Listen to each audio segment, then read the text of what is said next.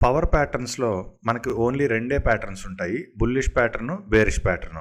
ముందుగా bullish pattern చూద్దాం. ఇందులో మనకి ఒక మదర్ క్యాండిల్ ఉంటుంది, ఒక ప్యాటర్న్ క్యాండిల్ ఉంటుంది. బుల్లిష్ ప్యాటర్న్‌లో ప్యాటర్న్ క్యాండిల్ అనేది ఎప్పుడు యెల్లో కలర్‌లో ఉంటుంది. మదర్ క్యాండిల్ అనేది ఏ కలర్‌లో అయినా ఉండొచ్చు. ఈ ప్యాటర్న్ వచ్చినప్పుడు మదర్ క్యాండిల్ అనే దాన్ని మనం స్టాప్ లాస్‌గా పెట్టుకుని పొజిషన్ అనేది తీసుకోవాలి. బేరిష్ ప్యాటర్న్‌లో కూడా మదర్ క్యాండిల్, ప్యాటర్న్ క్యాండిల్ ఉంటాయి. మదర్ క్యాండిల్ అనేది ఏ కలర్ అయినా ఉండొచ్చు. ప్యాటర్న్ క్యాండిల్ మాత్రం ఖచ్చితంగా బ్లాక్ కలర్‌లోనే ఉండాలి. ఈ బేరిష్ ప్యాటర్న్ వచ్చినప్పుడు మదర్ క్యాండిల్ యొక్క హై అనేది మనకి స్టాప్ లాస్ అవుతుంది. బుల్లిష్ ప్యాటర్న్ యూజ్ చేసి పొజిషన్ తీసుకోవాలి అనుకుంటున్నప్పుడు ముందుగా మనం చూసుకోవాల్సిన కండిషన్ ఏంటంటే లేటెస్ట్గా ఏదైనా నెగిటివ్ ప్యాటర్న్ ఉండుంటే ఆ నెగిటివ్ ప్యాటర్న్ అనేది ఫెయిల్ అయి ఉండాలి. అంటే నెగిటివ్ ప్యాటర్న్ యొక్క హై అనేది బ్రేక్ అయి ఉండాలి. ఎప్పుడైతే లేటెస్ట్ నెగిటివ్ ప్యాటర్న్ బ్రేక్ అయి ఉంటుందో దాని తర్వాత వచ్చిన పాజిటివ్ ప్యాటర్న్లో మదర్ క్యాండిల్ యొక్క లో అనేది స్టాప్ లాస్గా పెట్టుకుని మనం ఎంట్రీ అనేది తీసుకోవాలి. సెల్లింగ్ సైడ్ పొజిషన్ తీసుకోవాలి అనుకుంటున్నప్పుడు లేటెస్ట్గా వచ్చిన పాజిటివ్ ప్యాటర్న్ ఎక్కడ ఉందో చూసుకోవాలి. లేటెస్ట్గా వచ్చిన పాజిటివ్ ప్యాటర్న్ యొక్క లో అనేది బ్రేక్ అయి ఉండాలి. ఎప్పుడైతే లేటెస్ట్గా వచ్చిన పాజిటివ్ ప్యాటర్న్ యొక్క లో బ్రేక్ అయి ఉంటుందో దాని తర్వాత వచ్చిన సెల్లింగ్ ప్యాటర్న్లో మదర్ క్యాండిల్ యొక్క హై అనేది స్టాప్ లాస్గా పెట్టుకుని సెల్లింగ్ పొజిషన్ అనేది తీసుకోవాలి.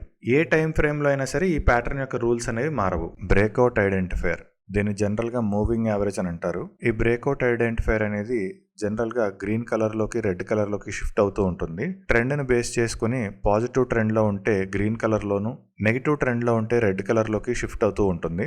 బ్రేక్అవుట్ ఐడెంటిఫైయర్ యొక్క మెయిన్ అడ్వాంటేజ్ ఏంటి అంటే ఏదైనా ఒక పర్టికులర్ లెవెల్ దగ్గర ఈ బ్రేక్అవుట్ ఐడెంటిఫైయర్కి ఆ లెవెల్కి మధ్య ఉన్న డిస్టెన్స్ని బట్టి అక్కడ ప్రైస్ అనేది మనకి రీట్రేస్మెంట్ వస్తుందా లేదా ఆ లెవెల్ అనేది డైరెక్ట్గా బ్రేక్అవుట్ అవుతుందా అనేది అంచనా వేయొచ్చు. ఫర్ ఎగ్జాంపుల్ ఈ కేసులో బ్రేక్అవుట్ ఐడెంటిఫైయర్కి లెవెల్కి మధ్య డిస్టెన్స్ ఎక్కువ ఉంది కాబట్టి ఫర్ ఎగ్జాంపుల్ ప్రైస్ ఫాస్ట్గా వచ్చి ఆ లెవెల్ని టచ్ చేసినా అక్కడ ఖచ్చితంగా రీట్రేస్మెంట్ వస్తుంది. అంతేగాని అక్కడ మనకి లెవెల్ బ్రేక్ అయిపోయిందని అనుకోకూడదు.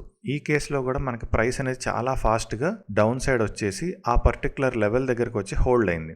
ఎందుకు ఆ పర్టికులర్ లెవెల్ దగ్గర హోల్డ్ అయింది అంటే అక్కడ మనకి బ్రేక్అవుట్ ఐడెంటిఫైయర్కి ఆ లెవెల్కి మధ్య డిస్టెన్స్ అనేది చాలా ఎక్కువ ఉంది. ఖచ్చితంగా అక్కడ మనకి రీట్రేస్మెంట్ వస్తుంది. రీట్రేస్మెంట్స్ వస్తుంది అంటే మీనింగ్ అక్కడ ప్రైస్ రియాక్ట్ అవుతుంది. అంతేగాని రీట్రేస్మెంట్ వచ్చి ఖచ్చితంగా మళ్ళీ పాజిటివ్కి వెళ్ళిపోతుంది అని కాదు. తర్వాత మళ్ళీ కాసేపు ఆగిన తర్వాత నెగిటివ్ కూడా వెళ్ళొచ్చు. బట్ అక్కడ ప్రైస్ రియాక్ట్ అవుతుంది. ఇక్కడ ప్రైస్ రియాక్ట్ అవుతుంది అని మనం తెలుసుకుంటే మనకున్న మెయిన్ అడ్వాంటేజ్ ఏంటంటే పైనుంచి మనం సెల్లింగ్ పొజిషన్లో ఉంటే ఆ లెవెల్ దగ్గర మనం ప్రాఫిట్ బుకింగ్ అనేది చేసేసుకోవచ్చు. లెవెల్ బ్రేక్ అయిన తర్వాత కావాలంటే మళ్ళీ మనం రీ ఎంట్రీ అనేది ట్రై చేయొచ్చు.